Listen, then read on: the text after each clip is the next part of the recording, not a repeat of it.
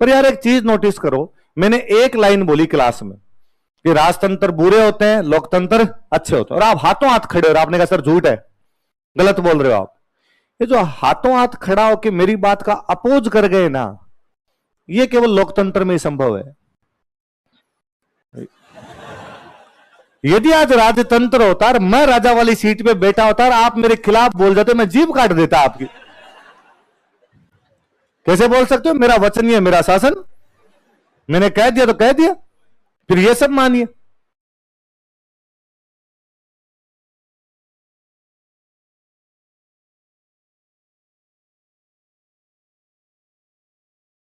Modern Rajasthan पढ़ेंगे तो हम क्या क्या टॉपिक पढ़ेंगे इस मॉडर्न राजस्थान में? एक बार सुनना, बाद में एक लिख लेंगे। एक टॉपिक हम इसमें पढ़ेंगे 1857 ईस्वी की क्रांति। भाई मॉडर्न राजस्थान क्या है? जब अंग्रेज आ गए थे वही तो है। मैं अभी बता रहा था अंग्रेजों के आने के बाद का जो राजस्थान है, अंग्रेजों के आने के बाद का जो इतिहास है, उसको क्या बोलते हैं? मॉडर्न बोलते हैं। अंग्रेजों के खिलाफ भारत में पहली बड़ी हलचल यदि कोई थी तो वो कौन सी थी? 1857 की क्रांति। एक और सुनो, देखो मैं बताता हूं। दो शब्द है, एक शब्द होता है क्रांति, एक शब्द होता है आंदोलन, रिवोल्ट, मूवमेंट। एक शब्द तो क्या होता है? आंदोलन। एक शब्द क्या होता है? कोई एक इंसिडेंट हो, कोई एक घटना हो और सिस्टम हिल के रह जाए, आंदोलन है। क्या है? सिस्टम चेंज हो जाए, क्रांति है। सिस्टम में ज्यादा चेंज ना आए, थोड़ा सा चेंज आ जाए, बस हिल के रह जाए सिस्टम, ये तो क्या है? आंदोलन। चेंज हो जाए, ये अपने आप में क्या है? आप कई बार नाम पढ़ते हैं, आप पढ़ते हैं कि गांधी जी का असहयोग आंदोलन, नॉन कॉपरेशन मूवमेंट। कौन सा आंदोलन? गांधी जी का असहयोग आंदोलन, नॉन कॉपरेशन मूवमेंट। 1920 में चलाया गांधी जी ने। कब चलाया? और गांधी जी ने कहा 1 साल का टाइम मुझे दे दो, मैं अंग्रेजों को देश से बाहर निकाल दूंगा। लोगों ने 1 साल क्यों, 1.5 साल दिया, लेकिन क्या 1920 में अंग्रेज देश से बाहर चले गए थे? नहीं गए ना। तो हम कहते हैं ये आंदोलन है। ये क्या है? 1857 से पहले हमारे देश में राज हुआ करता ईस्ट इंडिया कंपनी। किसका राज था? अंग्रेजों की कंपनी है, और अंग्रेजों की कंपनी भारत में राज करती है, और उस कंपनी का नाम क्या है? East India. 57 में हमने अंग्रेजों की उस कंपनी के खिलाफ क्रांति की, और कंपनी का राज खत्म। अंग्रेजों को खुद का राज आ गया, उनके देश का राज आ गया। कैसे? जैसे मैं सिंपल भाषा में बताऊं, मान लो अपनी एक कंपनी है रिलायंस। कौन सी कंपनी है? भूटान पे कब्जा कर ले, छोटे मोटे भी तो कर ही सकती। भूटान पे कब्जा कर ले ना, भूटान में बिजनेस करने के लिए जाए, और भूटान में बिजनेस करता करता भूटान के अंदर क्या कर ले? कब्जा। भूटान में अपना राज स्थापित कर ले। बाद में भूटान वाले लोग रिलायंस के खिलाफ खड़े हो जाए, और भूटान वाले लोग रिलायंस का राज वहां से क्या कर दे? खत्म। तो यहां से अपना प्रधानमंत्री घोषणा करेगी ईस्ट इंडिया कंपनी का राज खत्म, अब हम खुद ही देखेंगे। इतने दिन एक कंपनी देख रही थी, अब अपना देश देखने लग गया। तो 57 से पहले भारत में अंग्रेजों की कंपनी राज करती थी, उस कंपनी का नाम क्या था? अब उनका देश खुद राज कर रहा है, इंग्लैंड खुद यहां का सिस्टम संभाल रहा है। अब राजा डायरेक्ट ऑर्डर जारी करता है, पहले कंपनी के ऑर्डर आया करते थे, अब किसके ऑर्डर आने लगे? राजा। सिस्टम पूरा चेंज हो गया, हिल के रह गया। पूरा चेंज हो गया, सिस्टम पूरा चेंज हो गया, इसलिए क्या बोलते हैं? इसलिए गांधी जी वाले आंदोलन है, पर 57 अपने आप में क्या है? क्योंकि पहले ईस्ट इंडिया कंपनी का राज था, ईस्ट इंडिया कंपनी का राज खत्म हो गया, सीधा राज चला गया राजा के पास। किसके पास चला गया? सिस्टम पूरा आमूल चूल बदलाव, कंपनी से राजा की तरफ चला गया। वरना आगे 1920 में गांधी जी ने आंदोलन किया, राजा का राज है, बाद में भी राजा का ही था। थोड़े बहुत से को बदलाव होकर रह गए, भारत वालों को थोड़ा बहुत राजी कर लिया कि लो तुम्हारे लिए ये कानून बना देंगे, तुम्हारे 2 मंत्री और बना देंगे हम। तो हम कहते हैं कि वो क्रांति नहीं, वो क्या है? तो अंग्रेजों के खिलाफ भारत में पहला बड़ा बदलाव जिस दौरान किया गया था, वो कब किया गया था? इसलिए हम क्या बोलते हैं इसको? 1857 की क्रांति, रिवोल्ट ऑफ 1857। फिर अपने यहां पे एक और बड़ी जोरदार बात कि मैं आपको कल ही बता रहा था कि अपने राजस्थान में अंग्रेज थे ही नहीं। राजस्थान में अंग्रेज, अपने यहां पे अंग्रेजों का राज था ही नहीं। तो जब हम ये कहते हैं कि मॉडर्न राजस्थान पढ़ेंगे हम, तो मॉडर्न राजस्थान, मॉडर्न का तो मतलब ही अंग्रेजों के आने के बाद का। जब हमारे अंग्रेज ही नहीं थे तो पढ़ें क्या? तो हम कहते हैं भाई अंग्रेज तो नहीं थे पर राजा तो थे, और हमारे राजाओं ने अंग्रेजों के साथ कर रखी थी संधियां। हमारे वाले सारे राजा अंग्रेजों के क्या थे? दोस्त। आप ये कह सकते हो कि उसमें भारत 2 थे, एक था ब्रिटिश इंडिया जहां अंग्रेजों का डायरेक्ट राज था, एक थे प्रिंसली स्टेट जहां राज तो राजाओं का था, पर राजा दोस्त किसके थे? अंग्रेजों। इसलिए यहां पे अंग्रेजों का इनडायरेक्ट राज था। एक जगह अंग्रेजों का डायरेक्ट राज है, एक जगह अंग्रेजों का इनडायरेक्ट। अपने इनडायरेक्ट वाले में तो आते हैं। तो हमने कहा कि यार ठीक है, जब अंग्रेज हमारे यहां पे नहीं थे तो हम अंग्रेजों के खिलाफ आंदोलन कर भी नहीं सकते। कोई राजस्थान का आदमी के हम अंग्रेजों के खिलाफ लड़े थे तो कैसे लड़े? जब अंग्रेज ही नहीं थे तो लड़ ही नहीं सकते अंग्रेजों के खिलाफ। पर हम राजाओं के खिलाफ तो लड़े, और राजाओं के पीछे कौन था? अंग्रेज। तो इसका मतलब इनडायरेक्टली किसके खिलाफ लड़ रहे हैं? अंग्रेजों। अच्छा, राजा के खिलाफ लड़ाई क्या हो सकती है? राजा के खिलाफ लड़ाई हो सकती है कि राजा ने जनता पे टैक्स लगा दिए, थोड़े थोड़े दिनों में टैक्स बढ़ा देता है उसको। टैक्स बढ़ाएगा तो जनता राजी होगी या नाराज होगी? नाराज हुई जनता आंदोलन करेगी। इसलिए हमारे किसानों ने आंदोलन किए। किसने आंदोलन किए? तो हम एक टॉपिक पढ़ेंगे, किसान आंदोलन। क्या टॉपिक पढ़ेंगे? किसान आंदोलन, पीजेंट मूवमेंट।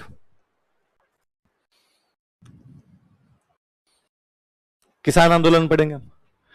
हमारे यहां पे जंगलों के अंदर जो लोग रहा करते थे, जब अंग्रेज आ गए, अंग्रेजों ने आने के बाद में हुआ क्या था कि अंग्रेजों ने जब अपने राजाओं के साथ संधियां की, कल मैं आपको बता रहा था कि अपने राजाओं के साथ संधियां हुई 1817-18 में। कब संधियां हुई?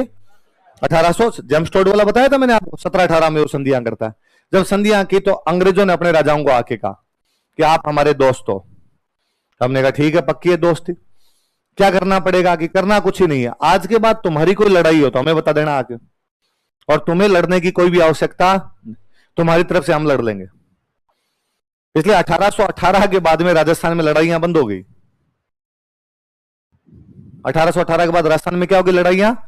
कैसे? जैसे मैं बताता हूं। एक अपनी रियासत है कोटा, बूंदी, जयपुर, जोधपुर, बीकानेर, मेवाड़, अलग अलग रियासतें। अपने अंग्रेजों के आने से पहले दो सिस्टम थे, या तो आपस में लड़ मरेंगे, या मुगलों से लड़ेंगे, या मराठों से लड़ेंगे।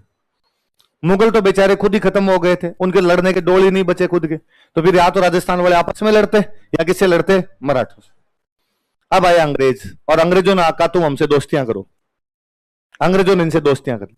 अंग्रेजों ने बीकानेर से दोस्ती कर ली, मेवाड़ से कर ली, कोटा से कर ली, जयपुर से कर ली, जोधपुर से कर ली, बूंदी से कर ली। जितने स्टेट बचे थे उन सबके साथ क्या कर ली? दोस्त।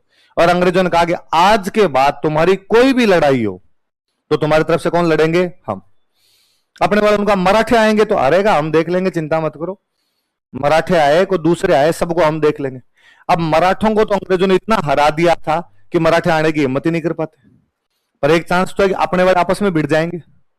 लेकिन यदि आपस में भिड़ते हैं, मान लो कोटा और बूंदी की लड़ाई होती है आपस में, तो कोटा की तरफ से लड़ने कौन जाएंगे? अंग्रेज। बूंदी की तरफ से लड़ने कौन आएंगे? क्यों लड़ेंगे आपस में? इसलिए 1818 के बाद राजस्थान में लड़ाई ही नहीं है। इसलिए अंग्रेजों के आने का बाद वास्तव में राजस्थान के लिए गोल्डन एरा है। अंग्रेजों के आने के बाद राजस्थान में शांति है, सुकून है।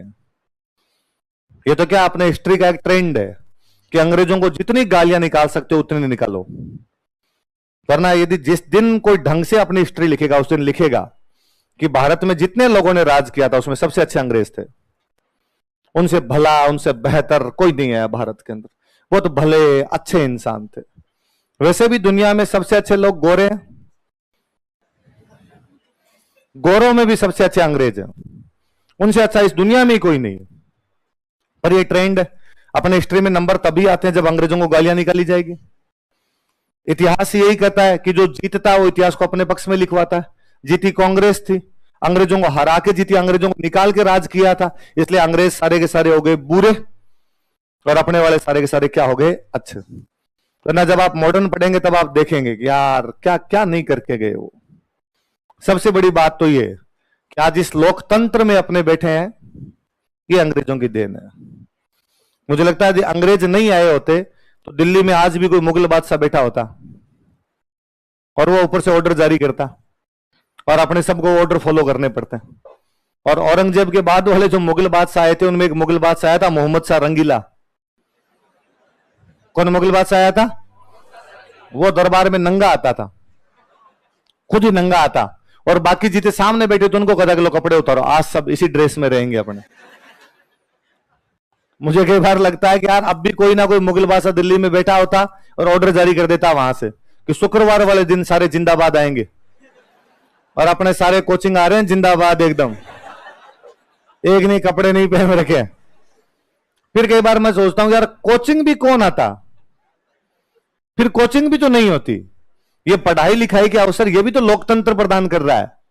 एक दिन किसी क्लास में पढ़ा रहा था और मैंने क्लास में पढ़ाते पढ़ाते कहा कि यार लोकतंत्र अच्छा होता है, राजतंत्र बुरा होता है।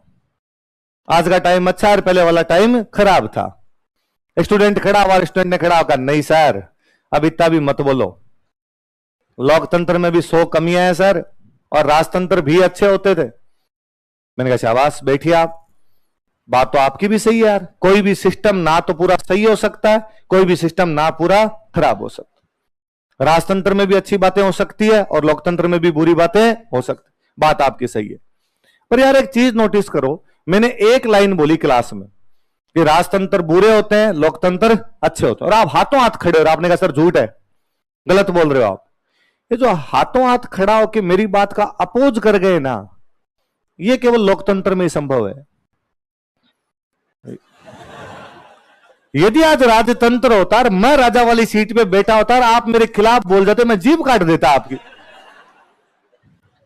कैसे बोल सकते हो, मेरा वचन ही है मेरा शासन, मैंने कह दिया तो कह दिया, फिर ये सब मानिए। तो ये बच्चे हंसने लगे, और हाँ सर आज यदि राजतंत्र होता तो आप राजा होते। अरे मैं नहीं नहीं मैं काय का राजा होता, तो सर आप क्या होते? तो मैंने कहा मैं बीकानेर का हूं, हमारे बीकानेर में किला है जूनागढ़, मैं जूनागढ़ के आगे भाला लेके खड़ा रहता, फौजी होता यार, मैं सैनिक होता, और राजा का कभी भी आदेश आता कि आक्रमण, मैं आक्रमण में जाता, हो सकता देश के काम आ जाता, और ब्याह हो रखा होता तो पीछे वाली सती हो जाती। इतना ही हो सकता था, और तो क्या हो सकता था यार। फिर कई बार सोचे यार राजतंत्र होता तो ये सब व्यवस्था भी आ पाती कि नहीं आ पाती, क्या पता उसमें कैसे बदलाव हो पाते या नहीं हो पाते। अंग्रेजों के आने की वजह से बदलाव जल्दी हो गए,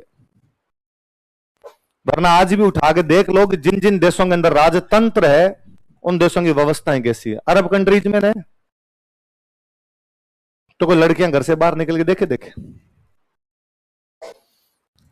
गाड़ियां चलाने के अधिकार नहीं है। थोड़े साल पहले तक अरब किसी कंट्री में महिलाओं को लाइसेंस के राइट मिले थे कि गाड़ी चला सकती हो, वोटिंग राइट नहीं थे कई साल पहले तक। अपने देश में जिस दिन अंग्रेज गए थे उसी दिन महिलाओं को वोटिंग राइट मिल गए थे 47 के अंदर। मैं तो कभी, मैं आगे आप पढ़ोगे तो मैं पहले ही बता दूंगा आपको, किसी के सेंटिमेंट हार्ट होने नहीं चाहिए। मैं अंग्रेजों का डाई हार्ड फैन हूं, मैं ये मानता हूं कि वो दुनिया के सबसे भले अच्छे लोग हुए हैं, क्योंकि मैं हिस्ट्री को ढंग से पढ़ चुका हूं और मैंने देखा है कि भारत में रुड़की में इंजीनियरिंग कॉलेज खोला गया था 1847। कब खोला गया था? रुड़की, आईआईटी रुड़की है, वो जो रुड़की इंजीनियरिंग कॉलेज था वो 1847 में अपने यहां पे बना दिया गया था, और तब तक इंग्लैंड में भी इंजीनियरिंग कॉलेज नहीं था। अंग्रेजों ने पूरे इंग्लिश एम्पायर का पहला इंजीनियरिंग कॉलेज अपने रुड़की में खोला, अपने देश में बाद में, हमारे देश में पहले। 57 में जिस साल हम क्रांति कर रहे थे उस साल अंग्रेजों ने अपने 3 यूनिवर्सिटी बनाई है, कलकत्ता, बॉम्बे, मद्रास। जब भारत अंग्रेजों के खिलाफ लड़ रहा था अंग्रेज पढ़ा रहे थे। 42 जब तय हो गया था कि अंग्रेज जाएंगे, 1940 के बाद में क्लियर था, अंग्रेजों ने 40 में ही कह दिया था कि हम जाएंगे, जैसे ही वर्ल्ड वॉर खत्म होगा हम तुम्हारा देश छोड़ के चले जाएंगे। ये 40 में ही संधि हो गई थी, 40 के अंदर अगस्त प्रस्ताव लिख देता है इस बात को। 42 में साफ साफ था कि अंग्रेज जाएंगे। अपने गांधी जी आंदोलन और चला रहे, अंग्रेजों भारत छोड़ो, अंग्रेजों भारत छोड़ो। उस साल उन्होंने कलकत्ता में हावड़ा ब्रिज बनाया है। अब हावड़ा ब्रिज को देख लो तो दिमाग खराब हो जाए कि क्या ऊंचा, लंबा, चौड़ा, मजबूत हावड़ा ब्रिज बनाया उन्होंने उस साल, जिस साल उनको पता था कि हम यहां नहीं रहेंगे। पर इस बात को समझ रहे थे कि नहीं, हम यहां शासन कर रहे हैं, शासन का अर्थ जनता की भलाई होता है, जनता के लिए जो काम जब तक हम रहेंगे, जो काम किए जाने चाहिए वो काम हम यहां पे करेंगे। तो अंग्रेजों का मामला यूं बहुत ढंग का ही मामला रहा था। तो अंग्रेज जब आए तो अपने यहां की लड़ाइयां हो गई बंद, क्योंकि अंग्रेजों ने कहा कि तुम्हारी तरफ से लड़ाई हम करेंगे, और अंग्रेज लड़ते थे ही नहीं लड़ते थे, तो मामला एकदम सेटल चल रहा है। तो अंग्रेजों ने जब कहा कि हम तुम्हारी तरफ से लड़ाई करेंगे तो पैसे दो, भाई यदि कोई तुम्हारी तरफ से लड़ेगा तो उसके बदले में क्या लेगा तुमसे? पैसे। भाई आप ये मान लो आपके ऑफिस है और ऑफिस में आपके डेली गुंडे अटैक करते हैं। दो तरीके हैं, या तो आप खुद एक लठ रखो पास में और डेली कोई गुंडा है तो या तो उसको कूटो या उससे मार खा लो, या आप एक गार्ड बुला के लाओ और उस गार्ड को कहो कि मैं तेरे को दे दूंगा महीने के 7,000 रुपए, आगे खड़ा रहे, मेरी ऑफिस तक कोई नहीं आना चाहिए, मेरे ऑफिस वाले कांच को एक भी पत्थर नहीं लगना चाहिए। अब गार्ड साहब की जिम्मेदारी है, गार्ड साहब कैसे बचाएंगे कैसे नहीं बचाएंगे। आप ये मान लीजिए कि अंग्रेज वो गार्ड है जिनको हम 7,000 रुपए दे रहे हैं, पर गार्ड साहब थोड़े दिन बाद में आपके पास आए, आपको आगे कहा कि सर महंगाई बढ़ गई, 7,000 में पार नहीं पड़ेगी अब, तो आपने गार्ड साहब कहा कि 9,000 दे दिए। थोड़े दिनों बाद गार्ड साहब हो रहा है, गार्ड साहब ने कहा नहीं साहब टाबर स्कूल भी जा रहे हैं मेरे तो, और सब्जियों के रेट देखेगा मार्केट में कितने चल रहे हैं।